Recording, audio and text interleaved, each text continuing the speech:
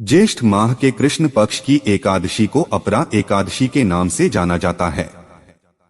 इस तिथि पर जगत के पालनहार भगवान विष्णु और मां लक्ष्मी की पूजा और व्रत किया जाता है। इस व्रत के पुण्य प्रताप से जातक को सभी तरह के सुखों की प्राप्ति होती है। साथ ही व्रत कथा का पाठ जरूर करना चाहिए। सनातन धर्म में एकादशी का विशेष महत्व है। हर माह में 2 बार एकादशी व्रत किया जाता है, एक कृष्ण पक्ष में और दूसरा शुक्ल पक्ष में। ज्येष्ठ माह के कृष्ण पक्ष की एकादशी को अपरा एकादशी व्रत किया जाता है। इस बार यह एकादशी व्रत 2 जून को रखा जाएगा। इस तिथि पर भगवान विष्णु और मां लक्ष्मी की पूजा व्रत करने का विधान है। इससे जातक के सभी पापों का नाश का होता है। पूजा के दौरान एकादशी व्रत कथा का पाठ जरूर करना चाहिए। मान्यता है कि कथा का पाठ करने से पूजा सफल होती है और श्री हरि प्रसन्न होते हैं।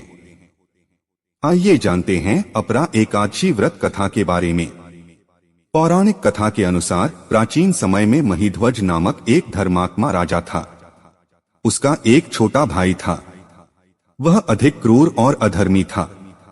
छोटा भाई महिध्वज को मारना चाहता था। एक बार रात को उसने में अपने बड़े भाई की हत्या कर शव को जंगल में जाकर पीपल के नीचे गाड़ दिया।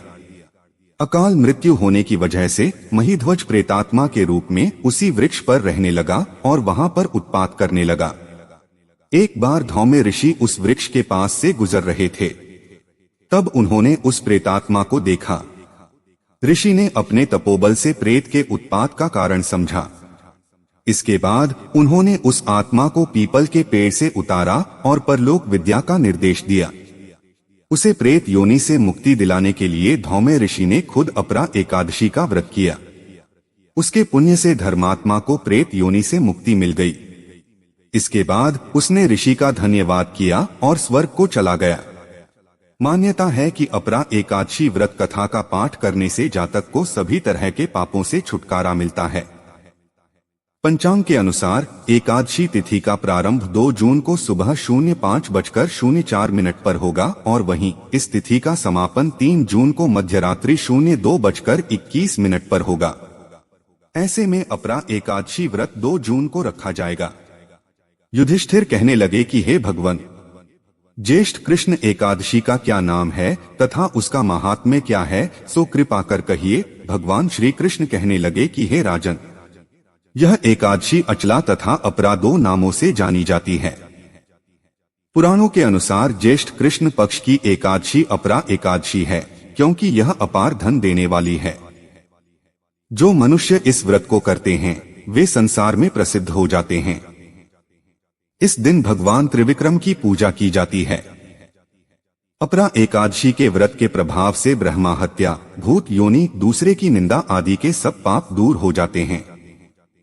इस व्रत के करने से परस्त्री गमन, झूठी गवाही देना, झूठ बोलना, झूठे शास्त्र पढ़ना या बनाना, झूठा ज्योतिषी बनना तथा झूठा वैद्य बनना आदि सब पाप नष्ट हो जाते हैं।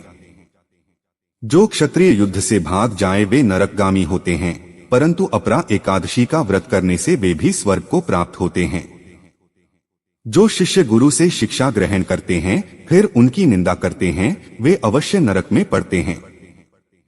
मगर अपरा एकादशी का व्रत करने से वे भी इस पाप से मुक्त हो जाते हैं।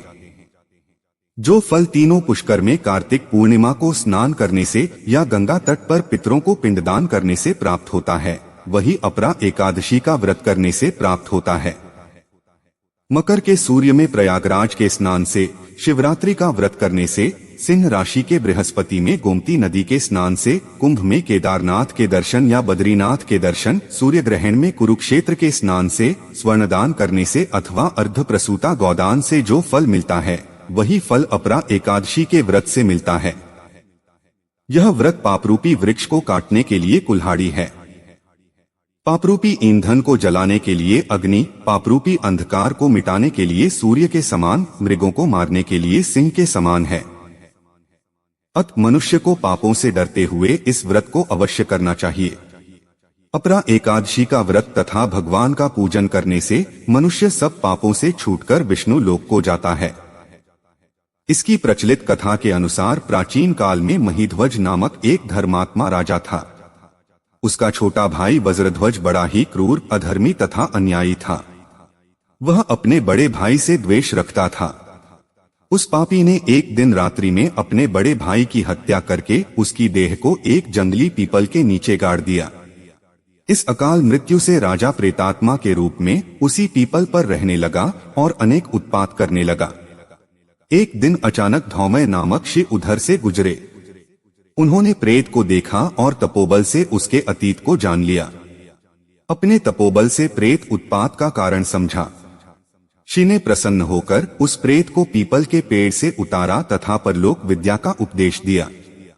दयालु शिव ने राजा की प्रेत योनि से मुक्ति के लिए स्वयं ही अपरा एकादशी का व्रत किया और उसे अग्नि से छुड़ाने को उसका पुण्य प्रेत को अर्पित कर दिया।